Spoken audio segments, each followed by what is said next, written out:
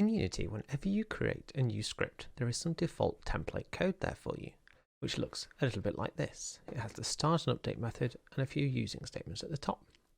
It's possible you want to change this. For example, you might want to remove the comments, remove some of the functions, or in my case, you want to change the formatting of this.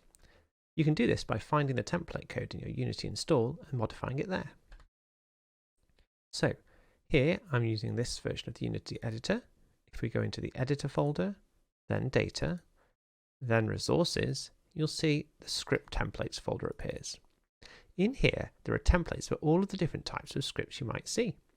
So you might have a compute shader, a surface shader, but what we care about is the monobehavior script. So let's take a look at that. As you'll see, it looks very similar to our actually instantiated script.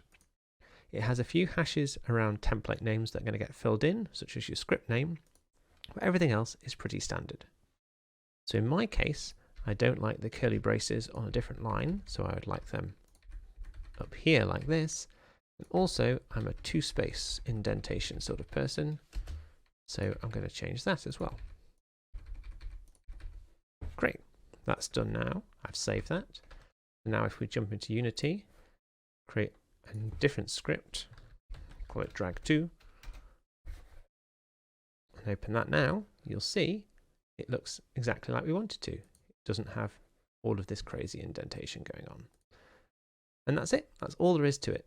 You can do it the same with all the different templates. I hope this little quick tip will serve you well. See you next time.